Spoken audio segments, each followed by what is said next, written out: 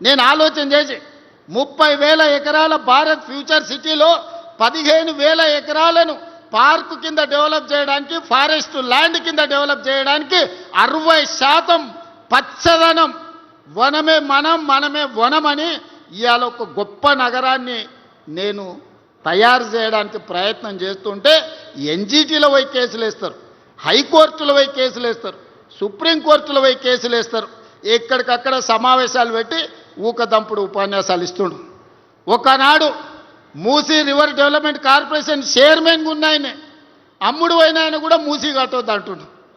మరి నువ్వు అమ్ముడు అయినాడు ఆ మూసీ డెవలప్మెంట్ కార్పొరేషన్ చైర్మన్ పదవి ఎందుకు తీసుకున్నావా? ఎవరిని ముంచడానికి తీసుకున్నావు? ఎవరు నిలగబెట్టడానికి తీసుకున్నావు? ఎల్బీ నగర్ ప్రజలు మర్చిపోయినారు అనుకుంటున్నావు. నువ్వు దేనికి అమ్ముడు అయినావు? Musi river development corporation chairman నువ్వు కాలేదా?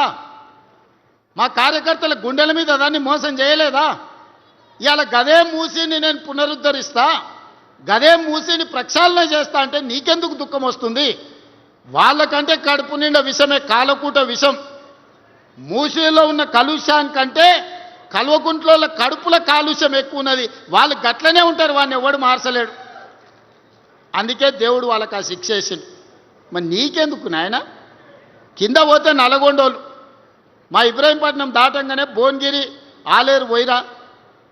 ఇక్కడ సచ్చిన శవాలు, మనుషుల శవాలు, పశువుల శవాలు, ఇక్కడుండే కాలుష్యం మొత్తం కిందికి పోతే కొత్తగా పెళ్ళైన ఆడపిల్లల్ని తల్లిదండ్రులు ఊరు బయటకు పంపిస్తారు. ఇక్కడ ఉంటే నా బిడ్డ కడుపులో పుట్టబోయే బిడ్డకు కాలొంకరనో కన్నొంకరనో వస్తుంది. ఈడ వండిన ఒడ్లు తినే పరిస్థితి లేదు, పండించిన కూరగాయలు ఈరోజు వాళ్ళకి పెట్టే పరిస్థితి లేదు. పిల్లలు పట్నమన్న పోయి కూలి పని చేసుకొని బతుకుతారు, కానీ పుట్టబోయే బిడ్డలు ఇట్లా ఉడితే ఎట్లా అని ఆ తల్లిదండ్రులు దుఃఖంతో పిల్లల్ని పట్నం పంపిస్తారు. వాళ్ళ బాధ మీకు అర్థం కాదా?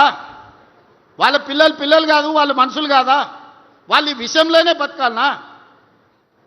చాంద్రాయణగుట్ట నుంచి మొదలు పెడితే, సాదర్గట్టు నుంచి మొదలు పెడితే, గౌలిగూడ నుంచి మొదలు పెడితే ఈరోజు మూసరంబాగు ప్రాంతానికి వస్తే ఆ మురికి ఎంత ఉంది?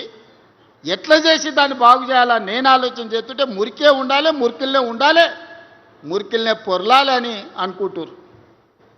ఇవాళ రేపు మురికిలో ఒరిలే పందులు కూడా మురికెందుకు అని అనుకునే పరిస్థితి వచ్చింది. ఈ మూర్ఖులకు ఎందుకు ఆ సంగతి అర్థమవుతలేదో నాకైతే అర్థం కాలే.